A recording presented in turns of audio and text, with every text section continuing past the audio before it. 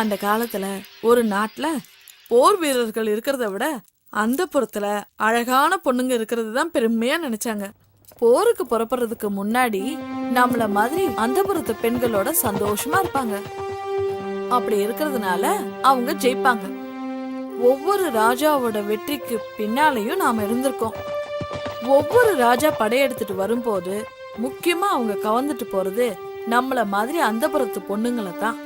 ஒரு ராஜா பதவிக்கு வரும்போது அவங்க முக்கியமா கவனிக்கிறது நம்மள மாதிரி அந்த புறத்து பொண்ணுங்களை தான். அப்படி வழி வழியா வந்ததுதான் நம்ம பரம்பரை. தெய்வத்துக்காகவே அர்ப்பணிக்கப்பட்டவங்க நாம.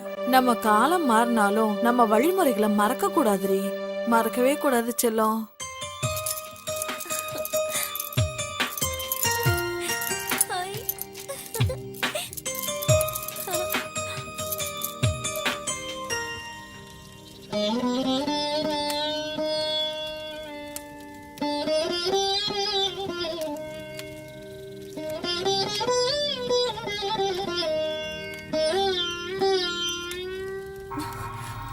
பழங்கதைய பேசி ஏன் வாழ்க்கையதான் கெடுத்த?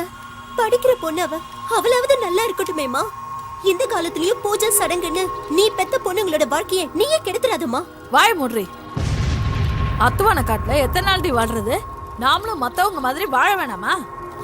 யாருக்கும் தெரியாம நடக்கிற விஷயத்த சத்தம் போட்டு சந்தி சிரிக்க வச்சிடாத.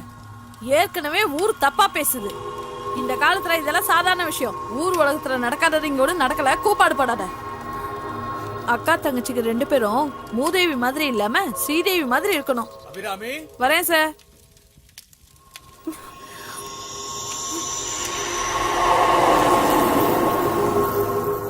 பொறுத்தார் பூமி ஆழ்வார்.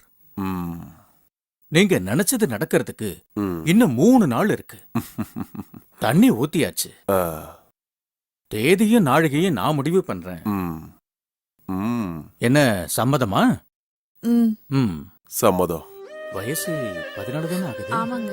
என்ன எல்லாம் சொல்லிட்டியா? சொல்லிட்டேங்க. உடல் ரீதியாவும் தயாரா இருக்கல்ல? அதுக்கு தாங்க 7 வயசுல இருந்தே பொண்ணுக்கு நுறுக்கு தீனியா குடுத்துட்டு வரேன். பள்ளிக்கூடத்துக்கு போகும்போதே பாக்கெட் கணக்குல வாங்கி அனுப்பிடுவேன். உடல் ரீதியாவும் தயாராயிட்டா எத்தனை மணிக்கு வச்சுக்கலாம்னு சொல்லுங்க.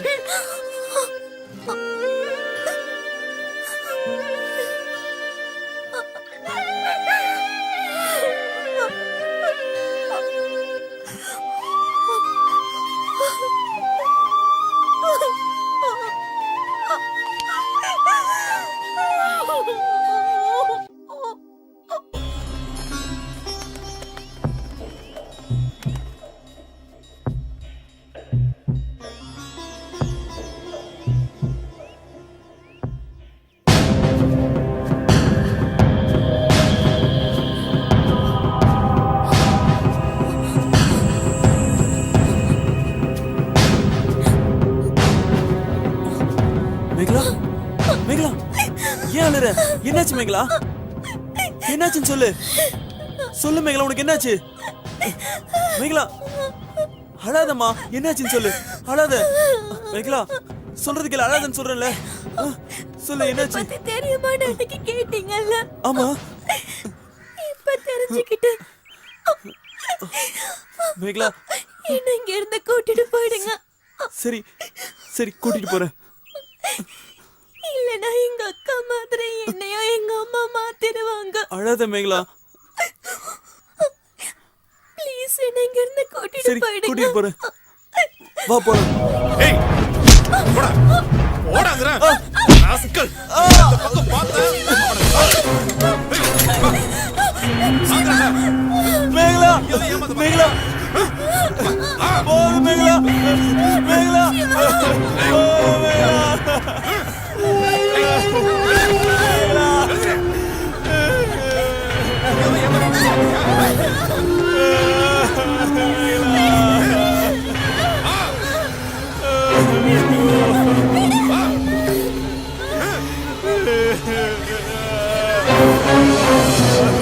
இந்த பூஜையை நாம சிறப்பா செய்யணும்னா சில கர்மம் எல்லாம் நாம செஞ்சுதான்.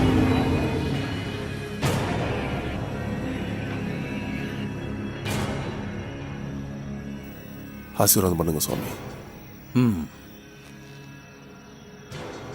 அவளோட அழுக்கு, சளி, கெட்ட நீர் கூட புனிதம். திங்கள் செவ்வாய கொன்னு பொன் புதன் பிறக்கும். அதனால சனீஸ்வரன் விலகி லக்ஷ்மி தேவி குடியிருப்பா. ஓ நினைச்ச காரியம் சரியா நடக்கும்னு கட்டம் சொல்லுது. முழு பௌர்ணமி 7 மணிக்கு பூஜையை வச்சுக்கலாம். சரியா?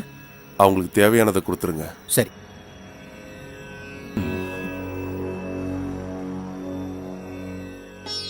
அபிராம் இங்க வா. மதுரைக்கு பக்கத்துல 40 ஏக்கராவும் ஒரு பங்களா வீடும், பேங்க்ல 50 லட்சம் பணம். இதுக்கு மேல யாரு உங்களுக்கு செய்ய போறா? ஐயாவை சந்தோஷப்படுத்த உன் மூத்த பொண்ணு ஆட சொல்லு. அவருக்கு பிடிச்சிருந்தா வச்சுப்பாரு. என்ன சொல்ற? சாமி சொல்லி மறுவார்த்தை இருக்கா? அப்படியே செஞ்சிடறேங்க.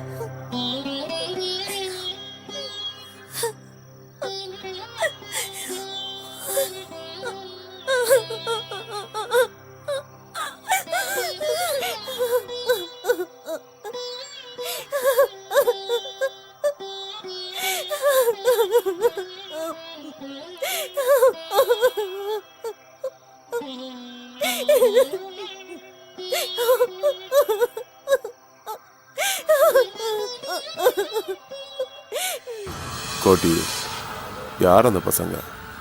சீக்கிரமா முடிச்சிரு. வெளியே தெரியாம பாத்துக்க.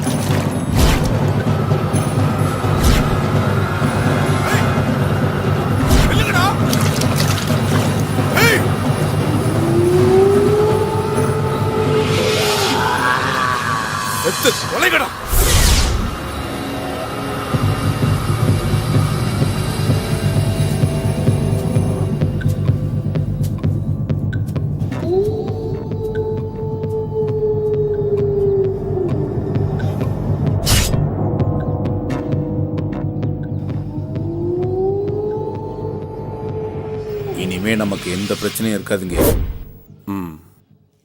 மனசுல வச்சுக்கோ, அவன் அந்த பூ பறிக்கிறதுக்கு முன்னாடி நீ அந்த பூவை பறிச்சிடு. சாவுக்கு சமமான விஷயம். சாவ நேர்ல பார்த்து வெற்றியோட வா. நல்லது சுவாமி.